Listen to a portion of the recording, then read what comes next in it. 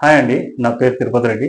నేను రియల్ ఎస్టేట్‌లో ఒక 15 ఇయర్స్ నుంచి సేల్స్ అండ్ మార్కెటింగ్‌లో ఉన్నాను. నేను ఇప్పుడు కో ఫౌండర్‌గా ఉన్నాను ఒక కంపెనీకి. ఇప్పుడున్న సిట్యుయేషన్‌లో బెస్ట్ ఇన్వెస్ట్‌మెంట్స్ ఏమున్నాయంటే, అందులో ఒకటే ఉంది. ఒక 5 మాత్రం ఇన్వెస్ట్‌మెంట్స్‌కు ఉంటాయి. అందులో ఫస్ట్‌ది మ్యూచువల్ ఫండ్స్, తర్వాత షేర్ మార్కెట్ అండ్ బ్యాంకింగ్, బ్యాంక్‌లో ఇన్వెస్ట్‌మెంట్ అండ్ గోల్డ్, లాస్ట్ వచ్చి రియల్ ఎస్టేట్. అయితే ఒక్కొక్క దాని గురించి మనం తెలుసుకుంటే, మ్యూచువల్ ఫండ్స్‌లో మనం పెట్టుబడి పెడితే అది ఒక కాన్స్టెంట్‌గా మనకు అమౌంట్ వస్తుంది. అది ఒక పీరియడ్ ఆఫ్ దాంట్లో మనము తీసుకోవచ్చు అన్నట్టు. కొద్ది మొత్తంలో పెరుగుతుంది.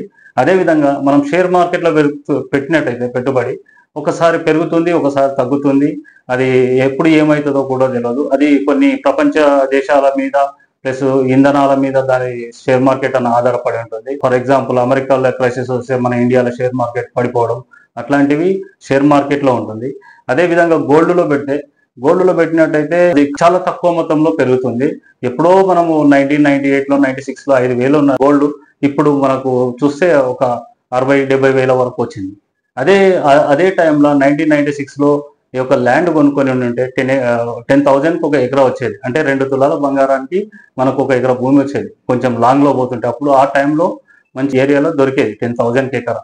అట్లాంటిది ఇప్పుడు ఆ ల్యాండ్ ఏ రేట్ అయింది, ఇది ఏ రేట్ అయింది, గోల్డ్ ఏ రేట్ అయింది, 1,20,000 2 తులాల బంగారానికి.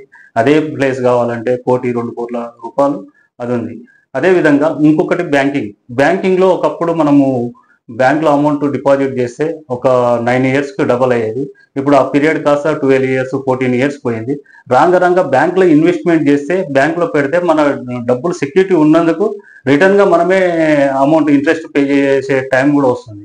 బెస్ట్ నాకున్న ఉద్దేశం ఏంటంటే, ఇప్పుడున్న సిచ్యువేషన్ కు ఇప్పుడున్న ఈ పరిస్థితులకు రియల్ ఎస్టేట్ అనేది బెస్ట్ ఆప్షన్.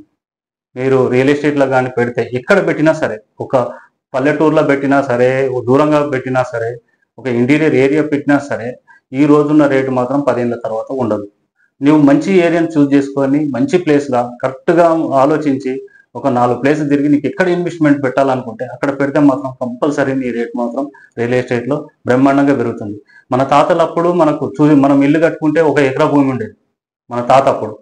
మన నాన్న వరకు వచ్చే వరకు గజాల్లోకి వచ్చింది. ఒక ఇల్లు కట్టుకోవాలంటే 200 గజాలు 300 గజాలు అనే పరిస్థితికి వచ్చింది. మన వరకు వచ్చే వరకు ఫీట్లలోకి వస్తుంది. మన పిల్లల వరకు వచ్చే వరకు ఇంచుల్లోకి వస్తుంది.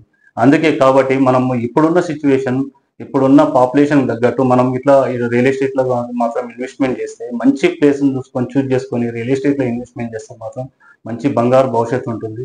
అదే విధంగా హైదరాబాద్కు ఎక్కడి నుంచో ఇప్పుడున్న మన తెలంగాణకు మన ఉన్న పరిస్థితులకు చాలా ప్లేసెస్ నుంచి ఇక్కడ బతుకుదేరు కోసం చాలా మంది వస్తున్నారు. వాళ్ళకు అవసరాలకు వాళ్ళ ఉద్యోగ రీత్యా వస్తున్నారు, వాళ్ళు వ్యాపార రీత్యా వస్తున్నారు. అన్ని వనరులు ఇక్కడ ఉన్నాయి కాబట్టి ఇక్కడికి వస్తున్నారు. ఈ హైదరాబాద్ కానీ తెలంగాణలో కానీ ఎక్కడ మీరు ఇన్వెస్ట్మెంట్ చేసినా మాత్రం రియల్ ఎస్టేట్ లో మాత్రం బంగారు భవిష్యత్తు ఉంటుంది. Thank you.